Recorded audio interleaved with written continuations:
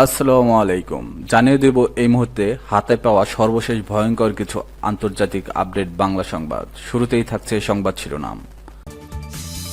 Israeli হামলায় গাজায় ২৬ ফিলিস্তিনি নিহত। জানিয়ে দেব যুদ্ধবিরতির আলোচনায় চালু করতে মার্কিন জিম্মিকে মুক্তি দেবে হামাস। এরপর রয়েছে বাদের গেট খুলে দিল ভারত, পাকিস্তানের দিকে যাচ্ছে বাণী। সর্বশেষ থাকছে ভারতীয় যুদ্ধবিরতির আগ্রহ দেখিয়েছে দাবি পাকিস্তানের সামরিক বাহিনীর। এখন শুনছিলেন সংবাদ শিরোনাম, এবার বিস্তারিত। প্রিয় দর্শক, আপনি যদি এই চ্যানেলে নতুন হয়ে থাকেন, ভিডিওটি দেখতে দেখতে চ্যানেলটি সাবস্ক্রাইব করে আমাদের সাথেই থাকুন। ইসরায়েলি হামলায় গাজায় ২৬ ফিলিস্তিনি নিহত। ইসরায়েলের হামলায় ফিলিস্তিনের অবরুদ্ধ গাজায় অন্তত ২৬ জন নিহত হয়েছেন, এর মধ্যে ৮ শিশুও রয়েছে। ইসরায়েলি ড্রোন হামলা ও বিমান হামলার লক্ষ্যবস্তু ছিল মূলত বেসামরিক ও আশ্রয়প্রার্থী নাগরিকরা বলে জানিয়েছে চিকিৎসা সূত্রগুলো। খবর আল জাজিরা আনাদোলুর। প্রতিবেদনে বলা হয়েছে, মধ্য গাজার দেইর আল বালা শহরে একদল সাধারণ মানুষের উপর ড্রোন হামলায় ২ জন নিহত এবং অনেকে আহত হন। একই শহরে আরও একজন ড্রোন হামলায় এবং অপর একজন আগের হামলায় আহত হয়ে মারা যান। গাজার দক্ষিণাঞ্চলীয় শহর খান ইউনিসে আশ্রয়প্রার্থীদের একটি তাঁবু লক্ষ্য করে চালানো হামলায় একজন ফিলিস্তিনি এবং তার ছেলে নিহত হন। এই শহরের পশ্চিমাংশে আরেকটি তাঁবুতে ড্রোন হামলায় ২ শিশুসহ ৪ জন নিহত হন। আহত হন আরও অনেকে।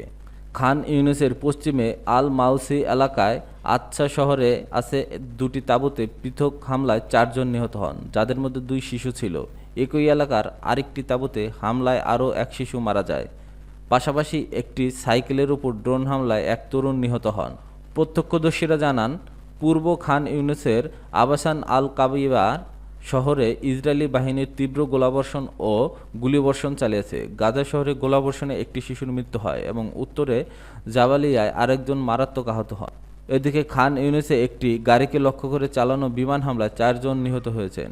গাজা শহরে আরেক হামলায় ৫ জন নিহত হন, যাদের মধ্যে একটি কন্যা শিশুও রয়েছে। এছাড়া গাজা শহরের আল তুফা এলাকায় ইসরায়েলি সেনারা চলমান বিমান হামলা ও গোলাবর্ষণের মধ্যে একাধিক আবাসিক ভবন ধ্বংস করেছে।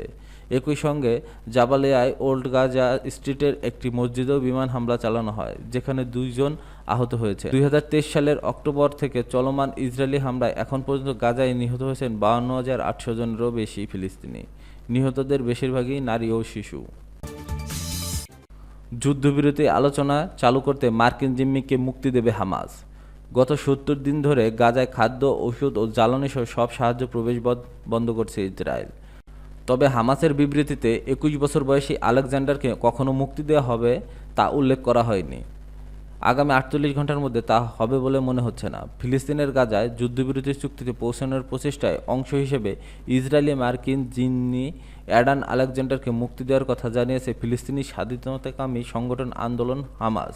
খবর বিবিসি আল জাজিরা।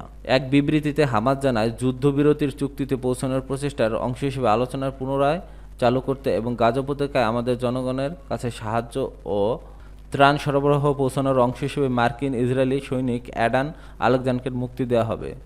গত ৭০ দিন ধরে গাজায় খাদ্য, ঔষধ এবং জ্বালানি সহ সব সাহায্য প্রবেশ বন্ধ করে রেখেছে ইসরায়েল। তবে হামাসের বিবৃতিতে ২১ বছর বয়সী আলেকজান্ডারকে কখন মুক্তি দেওয়া হবে তা উল্লেখ করা হয়নি। আগামী ৪৮ ঘন্টার মধ্যে তা হবে বলে মনে করা হচ্ছে। ইসরায়েলি সংবাদ মাধ্যমগুলো জানিয়েছে, গাজার যুদ্ধবিরতির চুক্তি নিয়ে আলোচনা করতে সোমবার মার্কিন দূত স্টিভ উইটকফ ইসরায়েলে সফর করেছেন।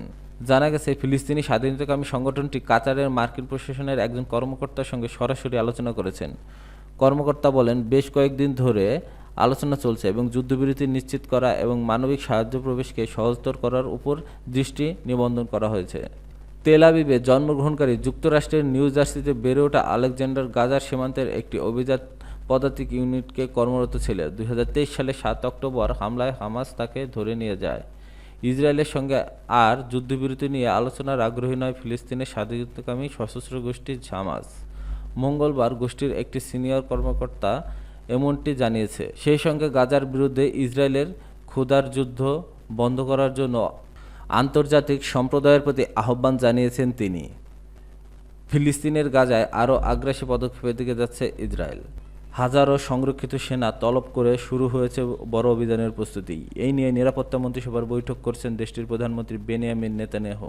জিম্মিদের মুক্তির অজুহাতে গাজার ফিলিস্তিনিদের উপর নারকীয় তাণ্ডব চালানোর পর এবার ভিন্ন কথা বলছে ইসরায়েলি প্রধানমন্ত্রী বেনিয়ামিন নেতানিয়াহু। তিনি বলেছেন, জিম্মিদের মুক্তি নয়, যুদ্ধের প্রধান উদ্দেশ্য হামাসকে পরাজিত করা।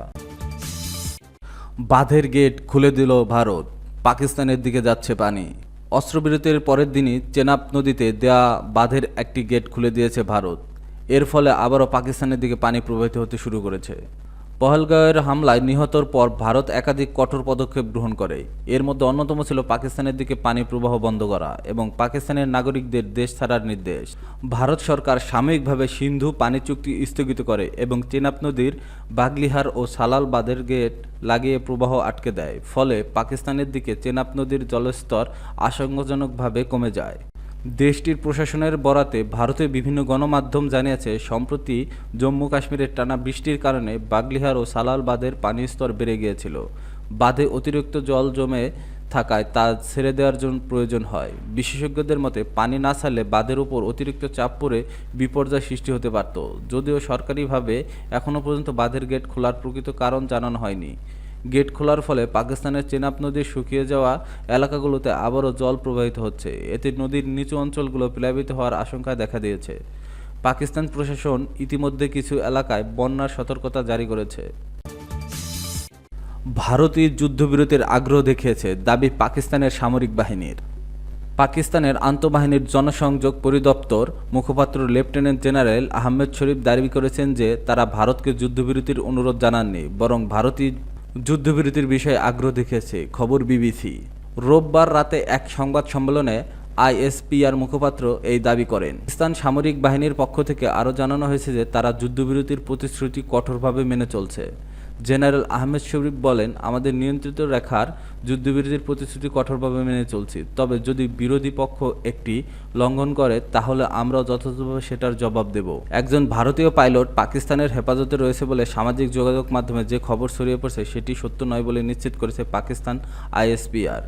ব্রিফিংয়ে লেফটেন্যান্ট জেনারেল আহমেদ শরীফ বলেছেন, আমি স্পষ্ট করে বলতে চাই যে ভারতীয় কোনো পাইলট পাকিস্তানের হেফাজতে নেই। ব্রিফিংকালে পাকিস্তান বিমান বাহিনীর কর্মকর্তা air vice marshal Aurangzeb Ahmed দাবি করেন, সংঘর্ষ চলাকালে পাকিস্তানি সামরিক বাহিনী ভারতীয় বেশ কিছু সামরিক স্থাপনা ও সন্ত্রাসী প্রশিক্ষণ কেন্দ্র ধ্বংস করেছে। এছাড়া আকাশ থেকে যুদ্ধে ভারতীয় বিমান বাহিনীর বিরুদ্ধে 6-0 ব্যবধানে পাকিস্তান জয়লাভ করেছে বলে দাবি করেন air vice marshal Aurangzeb Ahmed. অন্যদিকে ভারতের সঙ্গে সংঘর্ষে পাকিস্তান তার সামরিক শক্তির সামান্য ঝলক দেখিয়েছে বলে মন্তব্য করেছেন দেশটির আইএসপিআর মুখপাত্র।